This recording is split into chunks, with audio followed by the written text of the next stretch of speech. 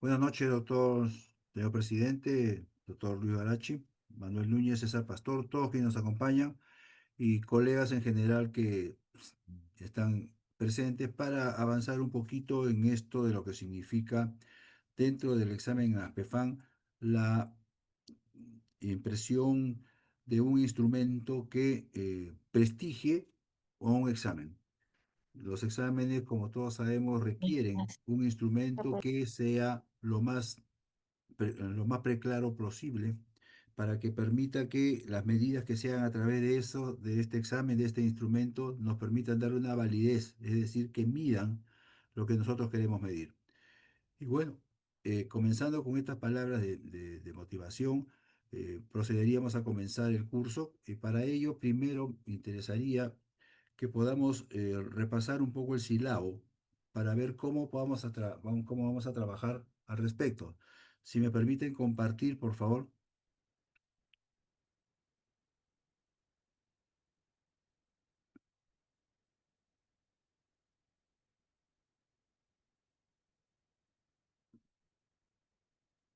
¿está ahí? ¿Lo Sí, están viendo? ya se observa, doctor. Ya, muchas gracias. Entonces voy a apagar mi pantalla para no interrumpir mucho y comenzaremos a tratar este punto.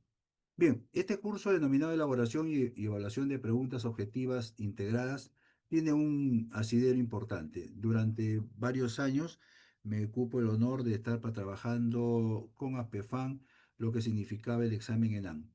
Creo que se lograron ciertos objetivos que hasta ahora no han sido en ningún caso cuestionados. El principal objetivo fue que la organización del curso hecho por ASPEFAN, con el apoyo de todos nosotros, significó que el examen agarrara una presencia dentro de lo que significan los exámenes nacionales de bastante arraigo y de bastante solidez. Creo que eso se debió a que se trabajó siempre con recursos pedagógicos que intentaban adaptarse a la realidad, pero que a la vez permitían ir avanzando en lo que significa el desarrollo de una evaluación adecuada que permita que cuando juzguemos y jerarquicemos a quienes rinden este examen, el instrumento nos permita llegar a una condición de decir, bueno, esto es lo que es, esto es lo que hay, de manera válida y de manera confiable. En en estos momentos voy a permitirme rápidamente disgregar un poco lo que está en el sílabo para que podamos entenderlo y todos trabajar de una manera adecuada. La primera instancia dentro de datos informativos es la duración de este curso. Está catalogado para 2 créditos. Dos créditos que van a permitir, dos créditos que van a permitir tener el tiempo suficiente, prudencial, también considerando la carga académica, la carga docente y la carga laboral que todos tienen, para que se cumplan los requisitos más importantes de lo que es un curso de esta categoría. La duración está fijada a partir de hoy, del 18 de agosto al 1 de septiembre del 2025. ¿Cómo vamos a dividir el curso para que dentro de la largueza, perdonen, pero estoy con un poquito de tos, dentro de la largueza que tiene el curso, sea lo más llevadero posible y rinda sus frutos? Las horas, 32 horas académicas, la modalidad virtual, que es la modalidad que más se acomoda también a nuestras necesidades. Los participantes son los docentes de pregrado y posgrado de las facultades de medicina, integrantes de APFAN. El docente responsable, el que habla, Carlos Acero Espinosa, como le digo, son más o menos 7 años que he venido llevando el examen ENAM y también trabajando en lo que siempre se hacía, ir incluso a regiones a convocar docentes para que ellos también comenzaran a trabajar un poco en el tema de lo que es la elaboración de preguntas. No está de más decir que cuando se habla de hacer preguntas o de hacer un examen, se considera todavía la evaluación como la parte final de un ferrocarril, y que generalmente es visto con cierta distancia, porque encierra conceptos que pasan no solamente del aspecto pedagógico, del aspecto educativo, sino también con aspectos estadísticos, con aspectos informáticos, que ustedes lo van a ver ahora cómo se ha permitido avanzar en el trabajo de este tipo. La Sumilla, no la voy a leer por completo, es un curso en modalidad virtual o a distancia, naturaleza teórico-práctico, ¿no? Se pone la metodología en el aspecto creativo, es decir, ustedes van a tener la posibilidad de elaborar preguntas dentro de ciertos parámetros que lo vamos a ver ahora. Y dentro de estos parámetros ustedes van a poder llevar adelante, depositar ahí en las preguntas todo lo que han aprendido, tanto en su formación como en su capacitación y en su desarrollo como personal docente, ¿no? Van a depositar ahí eso y van a darse cuenta de que la ventaja que tiene trabajar con preguntas de este tipo porque nos permiten retroalimentarnos también a nosotros. Y diría, quizás uno de los grupos que más saca provecho de este tipo de hacer un examen de este nivel es la retroalimentación que hace, ¿no? La competencia del curso está dada por la elaboración de preguntas objetivas de opción múltiple, que significan evaluar si el proceso del aprendizaje-enseñanza ha alcanzado la meta de aprendizaje establecida en sus respectivos planes curriculares y sílabos, ¿no? Ya vamos a ir viendo poco a poco en lo que conversemos cómo se va traduciendo esto en el desarrollo del curso. Repetimos el cálculo de hora y créditos y pasamos a la programación de contenidos, donde sí quisiera que ser lo más claro posible para llegar a un feliz término. Comenzamos hoy día con la primera parte de la unidad de aprendizaje número uno, que es la evaluación objetiva y elaboración de preguntas. Del lunes 18 de agosto, hoy día, se realiza con una duración de 3 horas. Vamos a trabajar en la modalidad virtual, los siguientes contenidos, ¿no? En este horario, ya hemos comenzado con la introducción. Vamos a trabajar lo que es las pruebas escritas de son múltiple, que estamos trabajando, que comenzamos en este momento, y la posición que hago yo en estas circunstancias. A las 9 de la, a las 21 horas, perdón, perdón, a las 9, en media hora, pasaremos a que las preguntas ustedes tengan unas indicaciones para que puedan ser depositadas o impresas o manejadas o destinadas a ser depositadas en una plataforma que tiene ASPEFAN, que también con estos años ha mejorado bastante y que permite llegar a sitios, a una mejor evaluación de lo que hacemos, ¿no? De las 9:30 a las 22 horas hacemos una revisión de la confección y registro de preguntas de opción múltiple. Es decir, aquí trabajamos las partes de qué significa la pregunta de opción múltiple, aquí trabajamos el registro en el sistema informático y aquí trabajamos la revisión de lo que ustedes van a poner en el sistema informático. Es decir, trabajamos con práctica para que podamos salir más o menos con la idea ya contundente de cómo poner la pregunta dentro del sistema. Esta parte quisiera que se entienda bien. Dentro de la unidad de aprendizaje uno tenemos eh, rendimiento académico desde el martes 19 de agosto al sábado 23 de agosto del 2025, ¿correcto? La duración es también de 19 a 22 horas, pero es una duración flexible. ¿En qué significa esto? Que en las 3 horas ustedes van a poder confeccionar y registrar las preguntas de opción múltiple en esta unidad de aprendizaje uno, la llamada PON. Esta es una actividad individual. La tutorización va a ser a necesidad. ¿Cómo se va a avanzar en este trabajo? Voy a pasarme al cuadro número uno para que ustedes tengan una idea de cómo trabajamos, cómo hacer el horario específicamente. Las sesiones sincrónicas van a estar los lunes 18, el lunes 25 y posteriormente,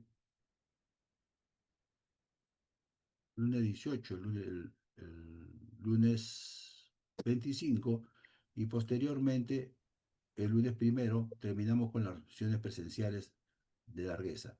La sesión asincrónica, ¿qué consiste? Ustedes van a quedarse ahora con una tarea, es decir, hacer sus preguntas. Para hacer las preguntas tienen todo este tiempo que está destinado en el martes, miércoles, jueves, viernes, inclusive el sábado 23.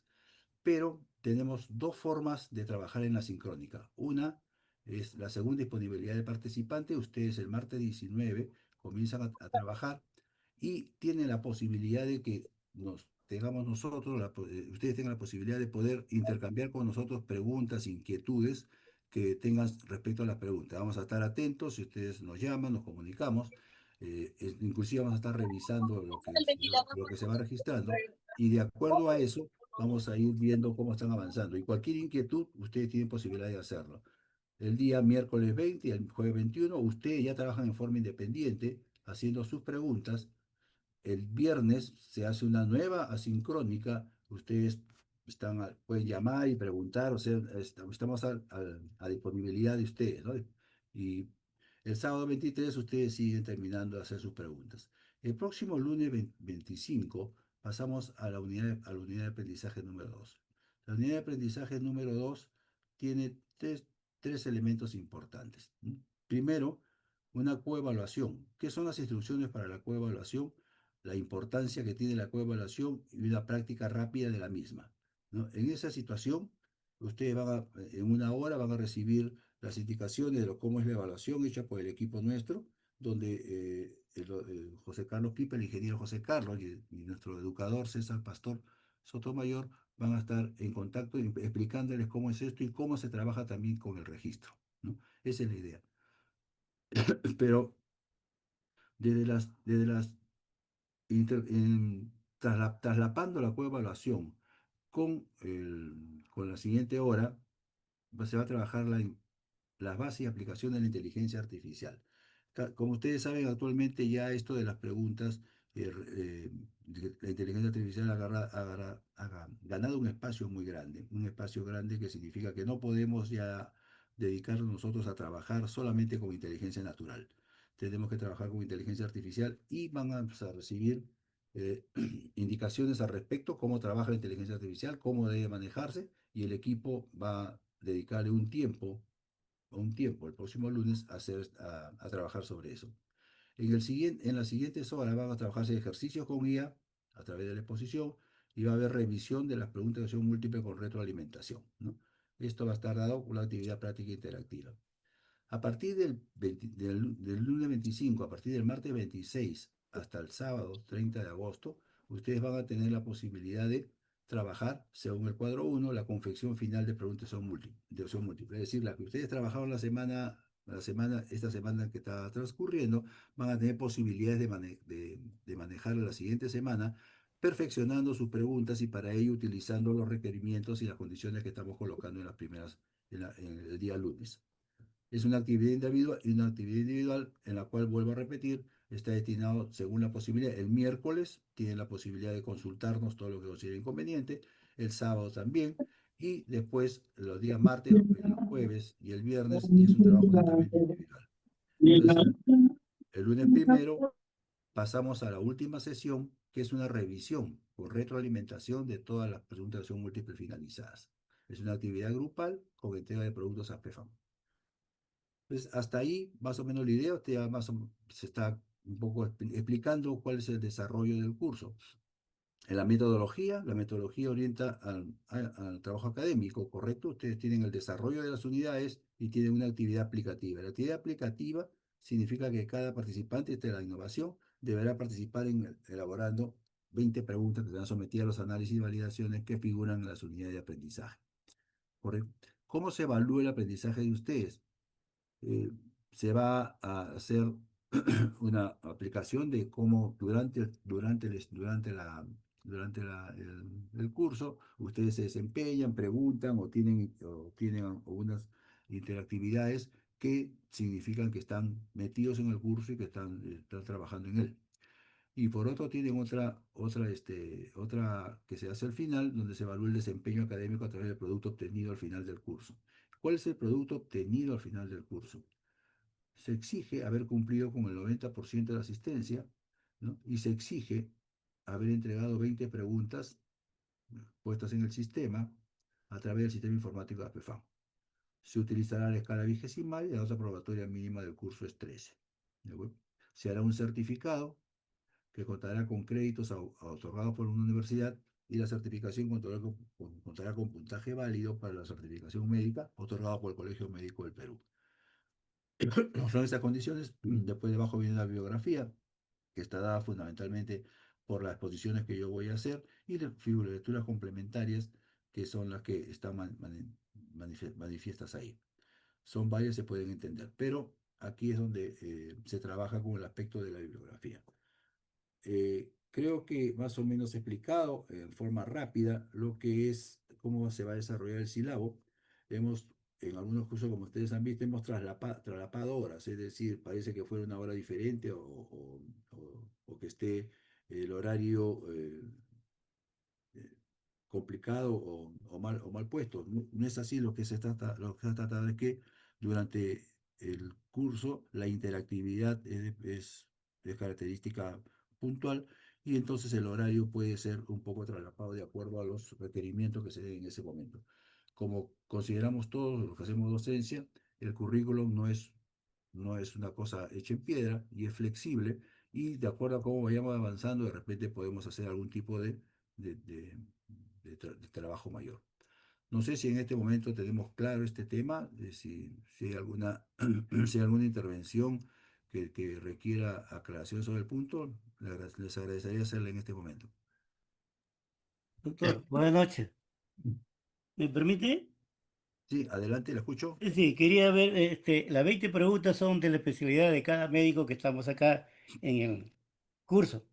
Sí, Segundo, exacto. ¿vamos a Sí. sacar las preguntas de un libro o usted nos va a dar unas sugerencias de dónde podemos sacar? No, lo que vamos a hacer es formar grupos, ¿no? Pues es lo que estamos haciendo en este momento mientras nosotros estamos conversando. Estamos formando grupos que están filtrados por especialidad, ¿no? Dentro de la especialidad, ustedes van a tratar de hacer preguntas que estén relacionadas con casualmente lo que ustedes manejan con sus alumnos y dentro de su universidad, dentro de su plan curricular. Como quiera que los planes curriculares generalmente tienen un común denominador en todo, no va a haber ninguna dificultad en eso, no va a haber ninguna dificultad en eso. Pero se mantiene la idea de que debe trabajarse sobre preguntas hechas de patologías prevalentes, que ahora lo vamos a explicar cuando estemos avanzando en en la charla de hoy.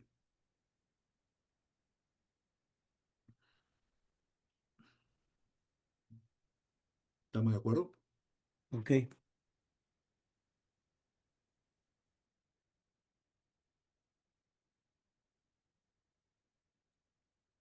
¿Se puede hacer Bien, una pregunta, entonces, doctor Carlos? Doctor Luis Fernando. sí, adelante. Sí, buenas. Me parece no haber visto investigación dentro de las preguntas que se van a gestionar, o sí.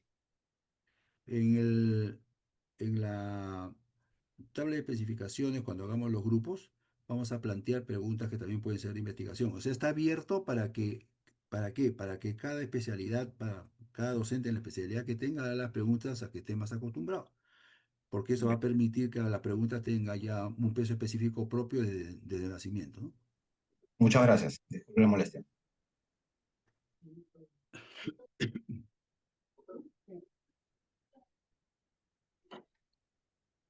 Muy bien, entonces vamos a comenzar la reunión. Eh, la he dividido en dos formas. Una es la exposición, sesión número uno que le he llamado ahí, y ahí tomamos un pequeño aire, una pausa saludable, y arrancamos con la sesión dos, porque el tema hay que seguirlo desde el principio y requiere un poco de concentración, ¿no? Entonces, en esa figura voy a, a compartir lo de la charla de ahora.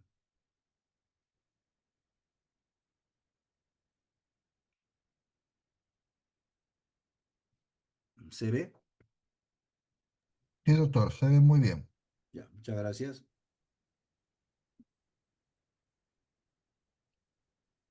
Bien, arrancamos el curso de elaboración y evaluación de preguntas objetivas integradas, el comité de evaluación en el cual estoy yo elaborando como dentro del llamado comité ENAN, ¿no? Es un comité de evaluación que maneja ya desde hace muchos años a PEFAN y que permite tener una base un poco más orgánica de lo que significa la evaluación en medicina. Bien, eh, siempre procuro poner esta diapositiva, porque encierra un concepto bien importante, ¿no? Cuando nosotros hacemos la evaluación, y esta diapositiva va con el afán de potenciar la importancia de la evaluación, es este dibujo que dice, Sofía le enseña nuevos trucos al perro, ¿no? A Dido. Tira la piedra, pero el perro no le hace caso y se va. Y Sofía le dice, sí, pero no hace nada. Y Juan, que tiró la piedra, le dice, dije que le enseñé, no que aprendió. Eh, Estas, estas palabras son claves. en ¿Cuánto cambio, de lo- cuando no necesariamente utilizamos herramientas diagnósticas, Perdón, sino usamos... perdón, ya, parece que se había filtrado una conversación. Bien, esto para la importancia de la evaluación. ¿Cuánto de lo que enseñamos por tantos años, casi todos nosotros, y todos los que nos preocupamos en enseñar, se está dando por el lado de la enseñanza? Pero la medida del aprendizaje, si el alumno aprendió, si el estudiante captó, si el integrante integró el conocimiento, lo que estamos enseñando, tenemos que medirlo. Tenemos que medirlo. Así como dicen que no hay una máquina que no requiera mantenimiento, tampoco hay una educación o una enseñanza que no requiere evaluación, ¿no? Entonces, este es un poco para sintetizar el tema.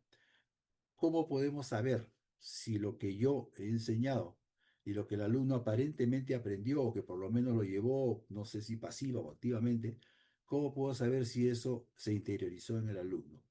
La forma de hacerlo es evaluarlo, y para evaluarlo, en los casos en los cuales se requiere un sentido no formativo, sino un sentido sumativo, es decir, que se intente que podamos jerarquizar si aprendió o no aprendió, y dentro de lo que sí aprendió o no aprendió, jerarquizar cuánto aprendió, en qué estadio está dentro de lo que se espera de un instrumento. Tenemos que hacer una evaluación de este tipo, la evaluación en la cual estamos trabajando, que es la evaluación sumativa, que es la característica propia de un examen como el ENAM.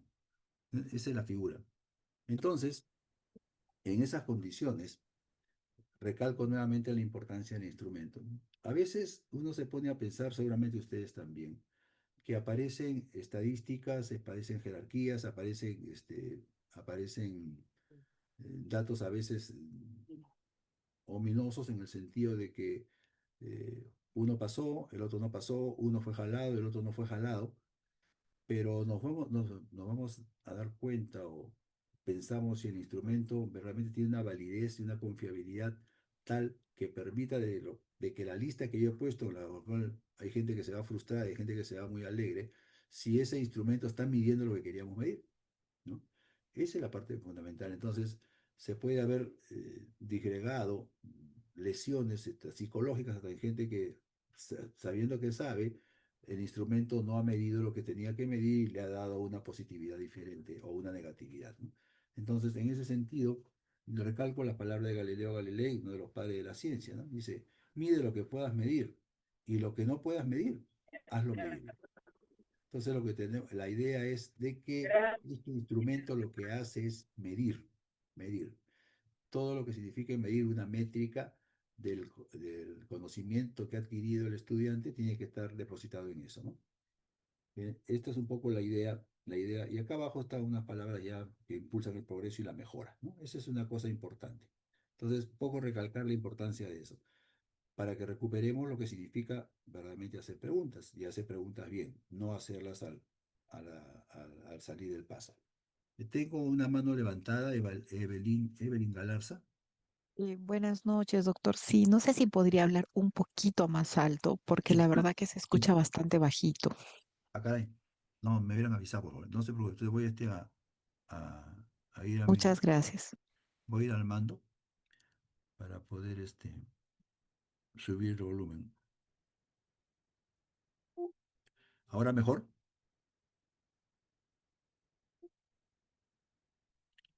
¿Se escucha mejor ahora? Voy a subirlo casi al Sí, máximo. está bien ahí, doctor. Ahí está bien, mejor.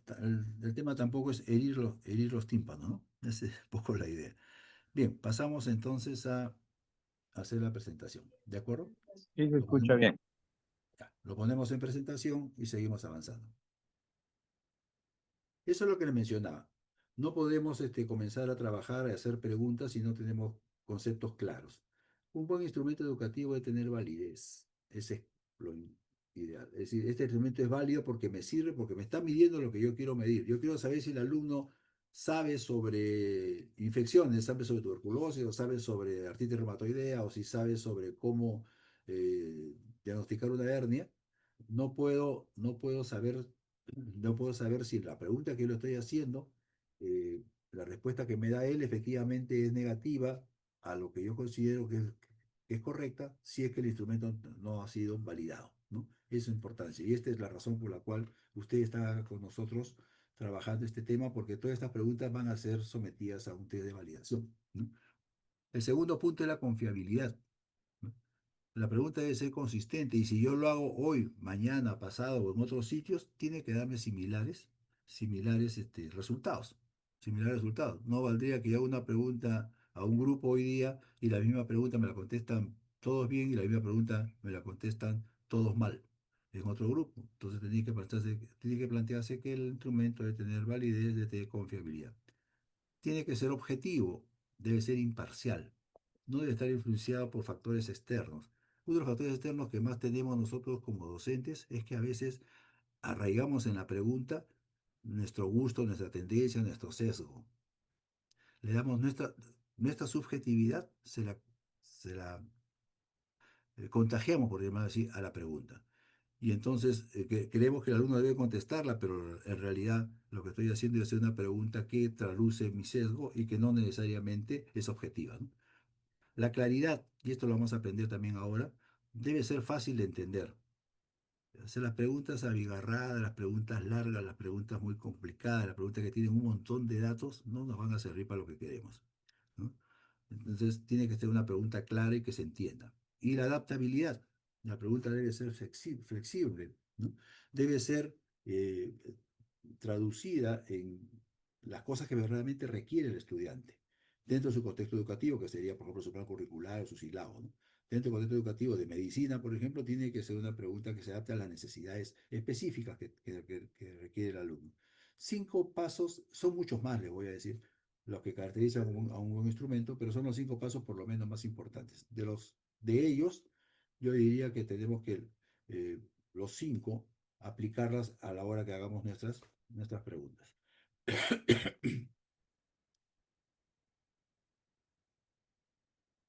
Aquí vamos a ir avanzando rápido a lo que significa el tema. Comprenderán que hablar de evaluación es un tema muy grande, encierra muchas horas de discusión, de conversaciones, de mucha teoría, de elementos prácticos.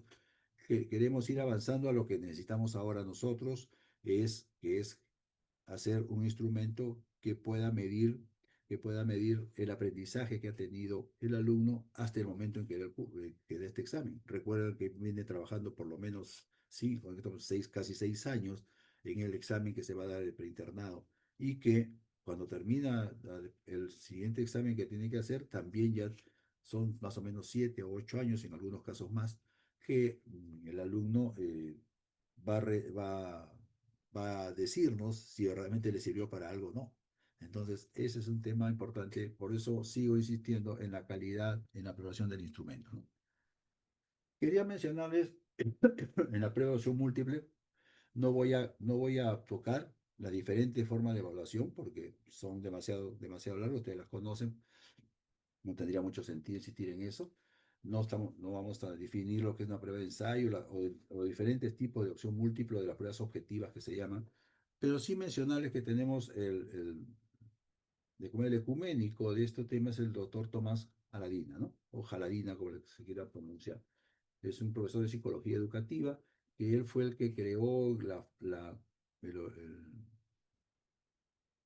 las bases sobre las cuales se debe trabajar la pregunta de acción múltiple. Y él mencionaba esto, ¿no? Para el aprendizaje en cualquier nivel de la instrucción, los exámenes son importantes para los propósitos de obtener calificaciones y proporcionar información a los estudiantes y sus profesores sobre el éxito de su experiencia de aprendizaje.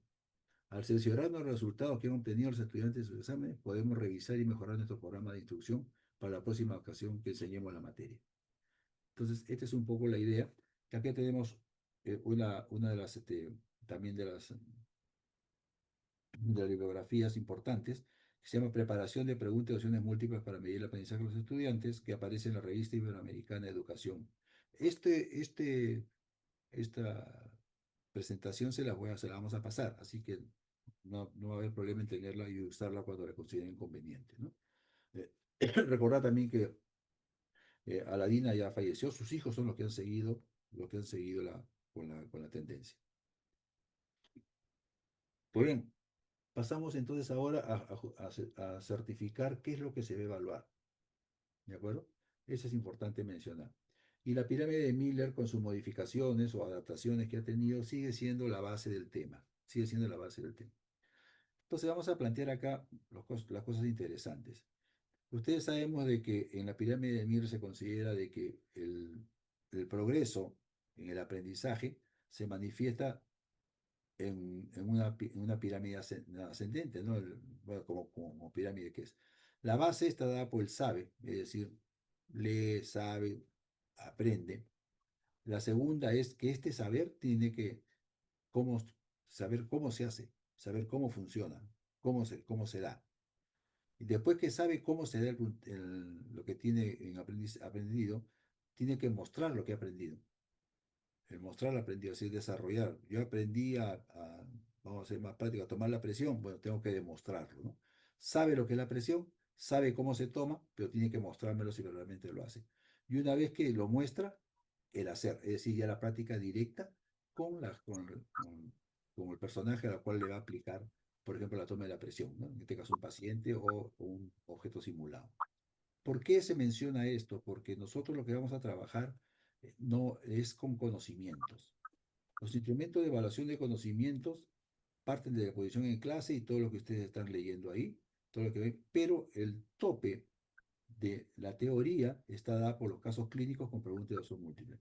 Es el que ha desarrollado más y el que por lo menos representa el aprendizaje en su mejor entendimiento. Pero recuerden que solamente vemos hasta conocimientos, ¿no?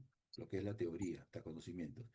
Y recordemos que la competencia profesional no solamente encierra conocimientos, sino que encierra también aptitudes, es decir, acciones, y encierra también actitudes que son el saber ser, el saber actuar, el saber comportarse. El, lo que vamos a manejar ahora y que vamos a estar viendo, la pregunta de opción múltiple, se refieren a este nivel. Entonces, no esperemos que una pregunta de opción múltiple nos diga si el profesional que estamos o el estudiante es competente, ¿no? Nos va a decir que el aspecto teórico lo ha desarrollado bastante bien. Pero como quiera que esto también se traslapa un poco, no solamente parte de teoría, también puede tener conocimiento de lo que es la práctica, pero no la ejecuta, ni la muestra ni la hace. ¿Cuál es el medidor más importante de la competencia? Es decir, que sabe cómo muestra y qué hace. Es, bueno, estar con un paciente, pero su instrumento de evaluación en este momento más importante es el ECOE. Es el ECOE, ¿no? Que significa que me muestra su desempeño y al mostrarme su desempeño me enseña o me dice que aprendió, que tiene conocimientos, que sabe ser y que sabe actuar. Este es un poco en inglés la taxonomía de Bloom, cómo se ve ahí. Y esto es importante mencionar. Cuando hablan ahora de competencias, no solamente hablan de aptitud, actitud y conocimiento o el saber, como le llaman, sino también la creación. Pero arranca de abajo, del recuerdo, es decir, la memoria, que es la parte básica, reconoce los hechos, los recuerda, y esa es una de las cosas que tenemos que ahora deslindar bien, ¿no? Las preguntas generalmente cuando no se hacen con un entendimiento completo de lo que es una presentación múltiple, son preguntas que intentan investigar si recuerda algo, preguntas directas, ¿no? ¿No? Por decirte, siendo muy simple, ¿cuántos huesos tiene el cuerpo humano? O sea, son preguntas de memoria, netamente de memoria. Si yo aplico la memoria, la puedo contestar. No es el ideal, no es lo que queremos, porque después viene otro, según la taxonomía de Bloom, que es el entendimiento. Es el entendimiento, es la comprensión. ¿De acuerdo? Es la comprensión. Después, esto es a donde vamos a tratar de llegar, por lo menos en las preguntas más básicas. Pero después hay otras preguntas que ya son las que van a tratar al caso clínico, que es en la aplicación. Yo aplico este entendimiento para poder discernir un diagnóstico, para poder discernir un tratamiento, para poder discernir el desarrollo y lo que tengo que decir respecto a un caso clínico, ¿correcto?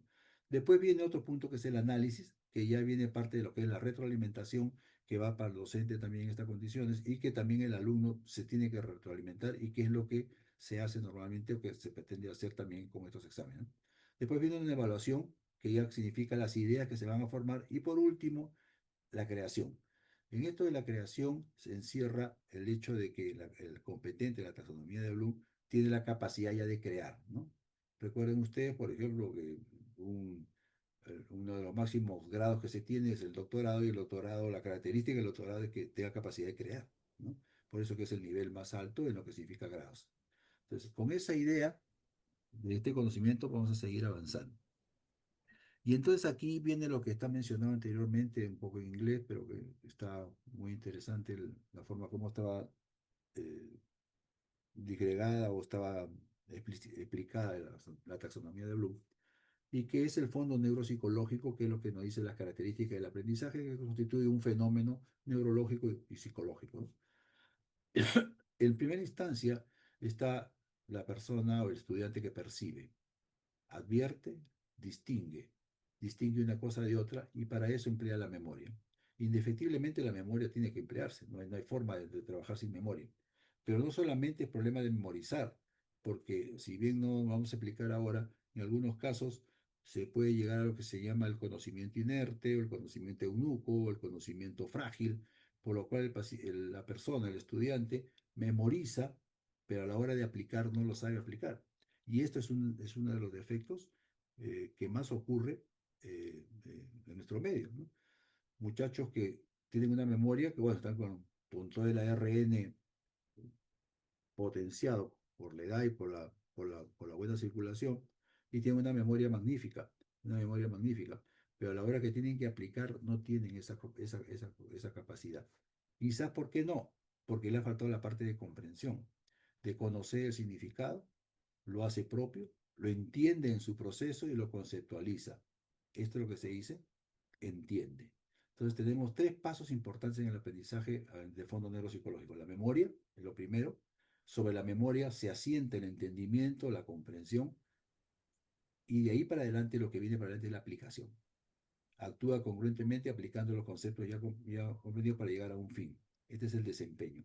¿Cuál sería el desempeño más importante que queremos medir nosotros en una pregunta? Aunque el desempeño se significa cómo se desempeña en el hacer, ¿no? En el hacer, el desempeño, cómo se desempeña desarrollando o contestando una pregunta, es cuando la pregunta está hecha de una manera tal que obligue a que neurológicamente en el cerebro, todo lo que ha aprendido, todo lo que ha interiorizado, se complemente uno con otro, es decir, a partir del cognitivismo, crea su propia comprensión, su propio entendimiento, y después lo desencadena en una pregunta y la puede contestar bien. Esto es el interés de hacer preguntas, casos clínicos y preguntas integradas.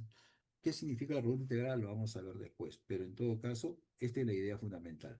Memoria primero, entendimiento y desempeño. Nuestras preguntas tienen que intentar llegar por lo menos a la parte de comprensión. Evidentemente, si comprendes, porque ya tiene la memoria establecida. ¿De acuerdo? Esa es un poco la idea. Salud.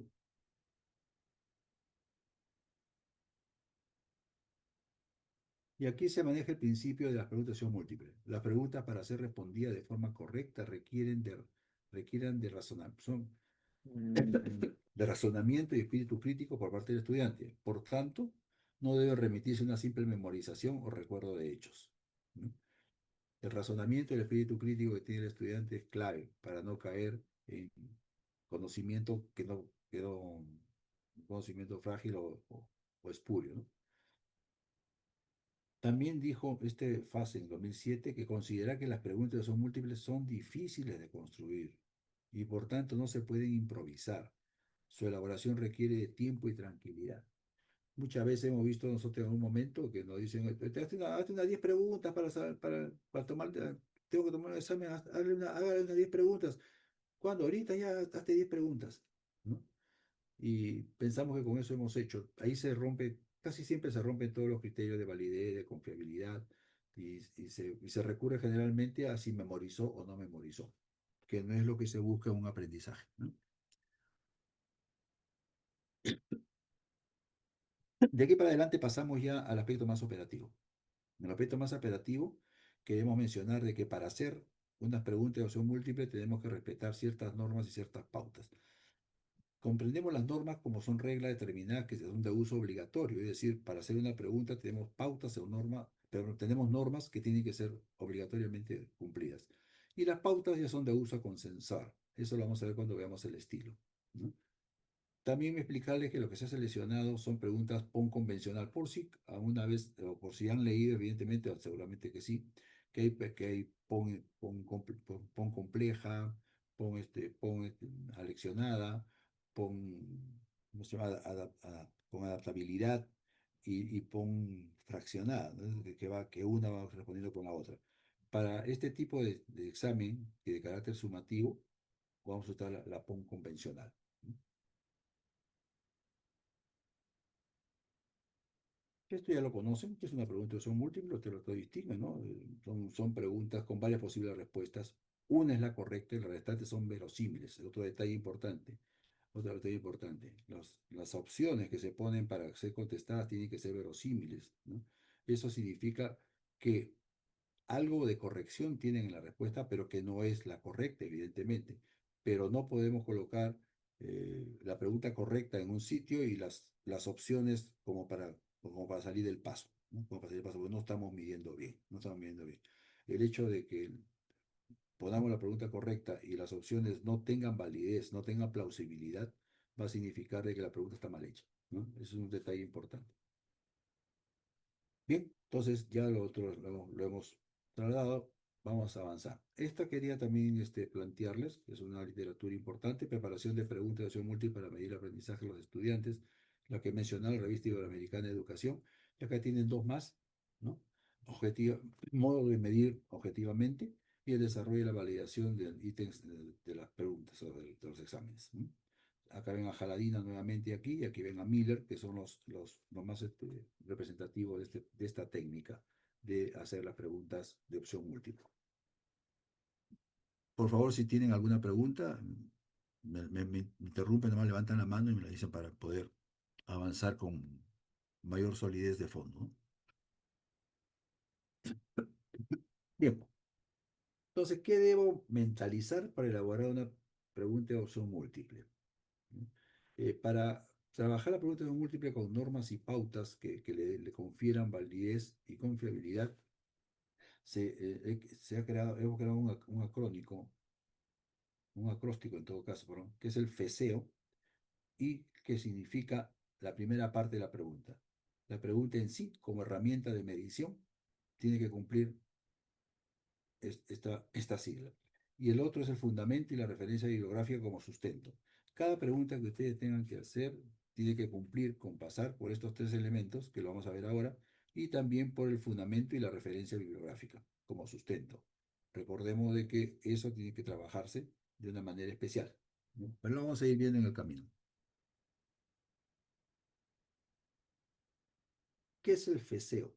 El FESEO es la F de formato, la E de estilo, la C de contenido, el E del enunciado y la O de las opciones. Hasta aquí, hasta el 5, son la pregunta en sí. ¿Cómo la pregunta tiene que cumplir con todas estas circunstancias? ¿Mm? Y después viene el fundamento y la referencia, que son el sustento por el cual yo esta pregunta la considero que está dentro de las evidencias disponibles o de los conocimientos más remarcados, ¿no? En ese sentido, vamos a pasar a lo que es el formato, ¿correcto?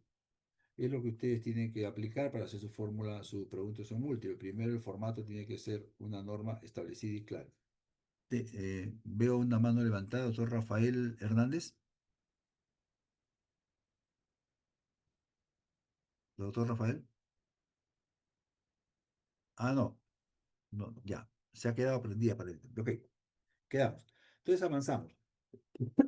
El formato tiene normas o reglas, es decir, es un cumplimiento obligatorio. Cumplimiento obligatorio. El formato tiene que hacerse de acuerdo a lo establecido, porque si no, la pregunta de opción múltiple pierde sus características de opción, de su pregunta de opción múltiple, ¿no? ¿Cuáles son las normas o reglas que tenemos que cumplir? Primero, en el tamaño, en la longitud, en la anchura, en las dimensiones, en las características técnicas de presentación, la estructura, división y organización. Esa es la definición de lo que es un formato. ¿Cómo lo traducimos ahora a una pregunta de opción múltiple? Primero, ¿cuál es el formato fundamental? Es una pregunta que tiene 4 opciones. Una es clara y verificablemente correcta. Las otras opciones deben ser plausibles o verosímiles, es decir, creíbles. Este es el formato clave. Si no cumplimos con esta primera parte del formato, no estaríamos haciendo una pregunta adecuada. Segundo punto de formato, que bueno, ya es de perogrullo, el enunciado antecede a las opciones. En él se hace la pregunta, ¿correcto? De manera tal de que el enunciado describe lo que queremos preguntarle. Ahí se hace la pregunta, no se hace la pregunta en otro sitio ahí mismo, y de ahí se vienen abajo las 4 opciones. Las 4 opciones. Ahora, estas 4 opciones hacen que todas las preguntas sean afirmativas. ¿No? Eh, una de las reglas que tiene ahí impulsó Jaradina fue de que las preguntas tienen que ser hechas a nivel afirmativo. No se pregunta en negatividad, ¿no? No es conveniente. Sin embargo, con el batallar del tiempo, se quedó en que en medicina excepcionalmente se pregunta por la respuesta incorrecta, ¿no? Casos especiales que se dan, por ejemplo, cuando queremos que la incorrección sea lo que queremos evaluar en el estudiante. ¿No? Sucede, por ejemplo, cuando quieren poner, a veces una idea de cuál es el antibiótico que no debe ser usado en una gestante, ¿no? Entonces se ponen varios antibióticos a la vez y uno de ellos evidentemente es la correcta, pero la pregunta ya está en negativo, ¿no? Esa es un poco la idea. Pero se acepta en esas condiciones, pero es excepcional. No debería trabajar así porque el formato ha hecho un deslinde solamente para medicina, ¿no? Después la otra es velar por la conservación del estilo en lectura y redacción, ¿no? El estilo lo vamos a ver después, pero el formato tiene que mantener la norma del estilo con la cual tienen que hacerse las preguntas. La escritura en el enunciado y las opciones es de tipo oración. Es de tipo oración.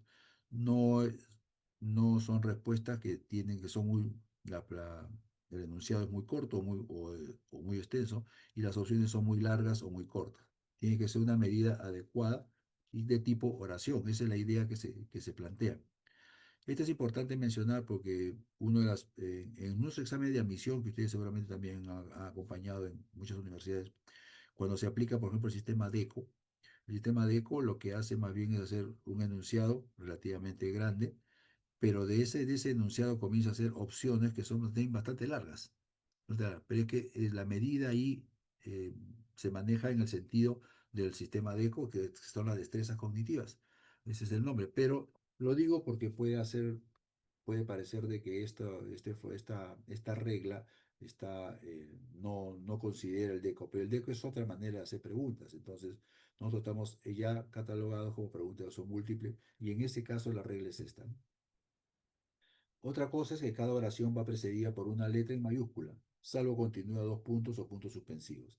Aquí es donde quería mencionar, la pregunta normalmente el enunciado termina en una pregunta, pero pudiera ser que termine en una frase incompleta o una parte incompleta. Y ahí se ponen dos puntos y las opciones, que son de donde va a sacar para completar el enunciado, las opciones sí tendrían que ser comenzar con minúscula. Pero normalmente todas las opciones se manejan inicia con mayúscula. Doctor, el tiempo para cada pregunta, Perdón, no escuché bien. el tiempo para cada respuesta de los chicos es 1 minuto. De esa manera por estructurar más o menos. Eh, Eso es un poco variable, un poco variable. Por ejemplo, en el ENAM trabajamos preguntas que tienen 1 minuto con 10 segundos u 8 segundos en términos generales, ¿no? Por eso las preguntas tienen que ser bien claras, bien concisas y que van al fondo de lo que queremos evaluar. Muchas gracias. Entonces, otro formato en la regla son el uso prolijo de la ortografía, de la gramática y de la puntuación, ¿no? Incluye mayúsculas, la puntuación y la concordancia de género. Este es un detalle interesante porque cuando colocamos esto que parece simplemente un problema de enseñanza de lenguaje de castellano, cuando el alumno está dando el examen, le suena, como dicen ahora los chicos, le hace ruido que haya una discordancia de género, ¿no? Entre las palabras que siguen y las palabras que preceden. O le suena que le falte un acento a una palabra, una tilde, que normalmente puede variar. Y ese tiempo que pierden es precioso para ellos. Tenemos que ser por eso contundentes en eso y la ortografía, aparte que Ah, es sí, condición sine qua non. está bueno. Otra cosa en el formato es eliminar recursos estilísticos que llamen la atención. Palabras rebuscadas, palabras no nativas, palabras que las conocemos nosotros, pero que de repente para el alumno, que recordemos la edad que tiene, normalmente no están en su lenguaje. Nosotros de repente somos más mayores y usamos algunas palabras que ya perdieron sentido, pasaron de moda, ¿no? Entonces, también hay que tener cuidado con eso. Otro detalle es las no preguntas capciosas. Otra figura importante. A veces uno quiere hacer el examen y dice, aquí con esta la agarro", dice, ¿no? Con esta lo agarro, con esta lo agarro, esta no la va a dar. Entonces, esas preguntas capciosas no tienen ninguna validez y no miden lo que queremos medir. Podrán medir la viveza, la criollada del estudiante, pero no miden si sabe o no sabe, ¿no? Otra pregunta, otro dato del formato que es importante, que las preguntas no pueden estar basadas en opiniones. Yo escuché a mi profesor que me dijo una opinión y que en esa época, cuando yo era alumno, yo pinto cana bastante, hace muchos años, cuando yo era alumno, pues la palabra del profesor era la condición sine qua non, lo que decía el profesor, eso era, ¿no? Eso era. Ahora con la medicina basada en la evidencia sabemos que en el orden de la opinión del experto está en el último nivel de evidencia, ¿no? Digamos en lo abajo. Entonces, en esa figura tenemos que plantear esto también. Preguntas basadas en opiniones no se pueden dar. Tampoco tenemos cómo sustentarlas. Cuando hablé de incorrecta, me he traído esta pregunta, que cuando dije solo en medicina se permite excepcionalmente preguntar por la respuesta incorrecta, traje que no solamente es una cosa nuestra. El examen del MIR en España planteó esta pregunta, donde ustedes la están leyendo ahí, no voy a repetirla, ¿no? Señale la actitud incorrecta, dice al final. ¿No? Sobre una mujer de 52 años, carnicera, etcétera, etcétera, con todo lo que ven ahí. Lo que interesa de esta pregunta es que la persona señale la actitud incorrecta y la respuesta tiene que ser incorrecta. Por lo tanto, no es una figura que saquemos nosotros que puede hacer preguntas en negativo, sino también que ya se aplica en otros lugares del mundo, ¿no? Y el MIR es uno de los exámenes pues, más batallados y con más prestigio a nivel mundial, ¿no? Con el formato hay muchas más cosas de formato. Lo que estoy tratando es sintetizar lo más importante, lo más llamativo, ¿no? Viene después el estilo. El estilo tiene pautas, no tiene reglamento, no tiene normas. El estilo es lo que escoge cada institución para que sus preguntas tengan un cierto sello que le diga, hoy esta pregunta, cuando la lean, esta pregunta es de la universidad tal, esta pregunta es del instituto tal, esta pregunta es de ASPEFAM, esta pregunta es de CONAREME, esta pregunta es del Residentado, esta pregunta es de otro tipo de institución. Entonces, cada institución trata de poner su sello distintivo que le permita decir, esta pregunta, si ustedes ven las preguntas de NAN, estoy seguro de que leen una pregunta de NAN y dicen, esta pregunta debe ser de NAN, ¿no? Porque tiene su estilo propio, que es lo que hemos cuidado por mucho tiempo. El estilo es el hombre, dijo Buffon, y esta es la figura del estilo. ¿Cuáles son las pautas? Adoptar un estilo de confeccionar preguntas que caracterice a la institución. Esto es lo que debemos hacer. Por eso, cuando vean las preguntas que vamos haciendo nosotros, van a darse cuenta que el estilo comienza a predominar y ustedes mismos comienzan a trabajar con ese estilo, ¿no? Seleccionar formas de usar el lenguaje para elaborar o potenciar la pregunta. Es otra cosa del estilo. Un lenguaje bien hecho, bien establecido, una redacción bien hecha, una redacción que no permita que haya palabras que tengan ambivalencia de significado, nos da características de un estilo más depurado, ¿no? Es un estilo distintivo, son particulares y permiten que haya recursos gramaticales, estilísticos, pero de un nivel de comprensión adecuado, ¿no? No sofisticados. ¿Qué otras cosas vemos en el estilo? Primero, usar sinonimias solo cuando sea estrictamente necesario. Es algo del estilo, ¿no? Hay exámenes de que ustedes van a ver que, por ejemplo, comienza mujer de tal edad, ¿no? o comienza primero con la parte enunciada y pone el sexo después, o de repente comienza con paciente, otros avanza con cliente, otros ponen usuario. Entonces, la figura es que nosotros en el estilo planteamos la idea de colocar el género, como está mencionado acá, ¿no? En paciente en vez de género. El paciente de 32 años, mejor. Mujer de 32 años, si se puede ser más específico, ¿cierto? Al poner mujer de 32 años, ya estamos orientando al alumno para que separe en su mente, en su discurso mental que haga, separe que ese género es el que está comprometido y que probablemente le sirva en algunos casos para contestar la pregunta. Muchas veces se pone mujer de tantos años así a lo que se me ocurra, ¿no? Lo que se me ocurre en ese momento para plantear. Pero recuerden que hay preguntas en las cuales el el género y la edad intervienen en la respuesta. En eso hay que ser bastante claro. Y a veces la definición entre una opción muy plausible y la respuesta correcta la da el género y la edad, ¿no? Hay que tener cuidado con eso. Por eso el estilo tiene que plantearse, colocamos siempre el género y colocamos la edad. Ya lo había mencionado los dos puntos, cuando se presentan más de dos datos continuos se ponen dos puntos, a veces ponen dos puntos para señalar un solo dato continuo, ¿no? No tiene sentido colocar dos puntos para un solo dato. Se coloca cuando son más de dos datos, ¿no? Continúa con minúscula cuando sea una expresión, cuando sea una expresión directa, excepto que sea una expresión que estamos recogiendo de otro lado, ¿no? Que es una expresión que de repente tiene su propio peso dentro de los conocimientos, entonces hay que colocarlo entre comillas y con mayúsculas.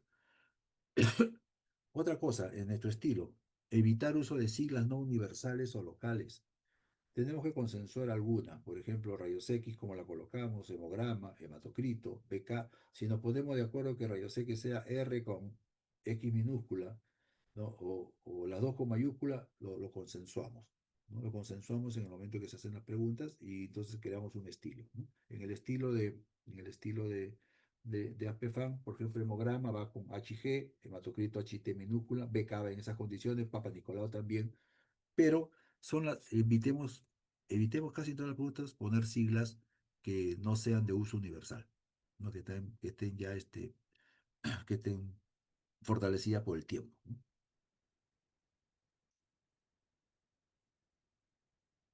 Otro detalle, eliminar palabras en exceso o que no aportan o confunden. Por ejemplo, en el laboratorio las muestras de sangre dieron. Mejor colocamos nosotros en nuestro estilo. Examen de laboratorio, exámenes auxiliares, dos puntos, y lo mencionamos. Evitamos esa lectura. Recuerden que en un test, en un examen sumativo, el tiempo es clave para el alumno. El tiempo es clave para el alumno. No le demos la oportunidad de que se esfuerce en entender lo que es solamente palabras, ¿no? Entonces ahí tenemos que dar muchos detalles, ¿no? Entonces, si las muestras de sangre son parte del examen de laboratorio, colocamos todas las muestras todos los exámenes de laboratorio en un solo renglón. No las tenemos distanciadas dentro del enunciado en cualquier lugar, ¿no? Menos en las opciones. Por ejemplo, los nombres latinos de agentes etiológicos deben escribirse en su idioma original. Es un estilo que se ha adoptado, ¿no? Ese es un detalle también importante, ¿no? Evitar datos o respuestas mensuradas en cantidades o rangos muy estrechos. Yo recuerdo que hubo una vez un examen para residentado hace varios años, donde se armó todo un problema porque se había colocado un rango tan estrecho que decía 10, 10.5, 11, 9.5. Y fue una pregunta que en un libro estaba en 10 y en otro estaba en 10.5 o estaba en 11. Entonces el problema era que la respuesta correcta era, por ejemplo, 10.5, pero había otra literatura que decía 11. Se armó todo un tremendo zafarrancho porque ya se habían dado la jerarquización, ya habían salido la lista de los aprobados, jerarquizada incluso. Y eso significó todo un cambio que también trajo muchos problemas y reclamos. El uso de rangos que no traslapen o se superpongan con otros también es detalle interesante. No podemos colocar la medida de esta circunstancia es de 2 a 6 y en el otro colocamos de 5 a 8, en el otro colocamos de 7 a 10. Cualquiera puede ser, ¿no? Entonces hay que tener también en esos rangos, rangos que no traslapen de ninguna manera, porque la respuesta puede ser correcta usando cualquiera de los rangos siempre que esté ahí atrás la anterior, ¿no? Otra parte del estilo es evitar el uso de nombres propios, salvo excepciones validadas por el tiempo, ¿no? Otra, reducir al mínimo la cantidad de palabras en cada pregunta. Ese es el estilo, ¿no? Recuerda nuevamente, no estamos ante una evaluación formativa, estamos ante una evaluación sumativa. No vamos a tocar la diferenciación entre las dos porque ustedes la conocen, pero en la sumativa tenemos que ser contundentes, queremos jerarquizar, queremos saber si saben bien y cuánto puede saber. En la formativa, nosotros vamos a trabajar todavía con la retroalimentación, es decir, en la formativa vamos a ir educando, vamos a que se equivoque, lo vuelve a hacer, lo vuelve a plantear. Tiene su característica y es muy importante en la formación, pero en la sumativa es muy importante para la jerarquización, ¿no? En eso hay que tener mucho cuidado, ¿no? Entonces, ese es uno de los temas del estilo también.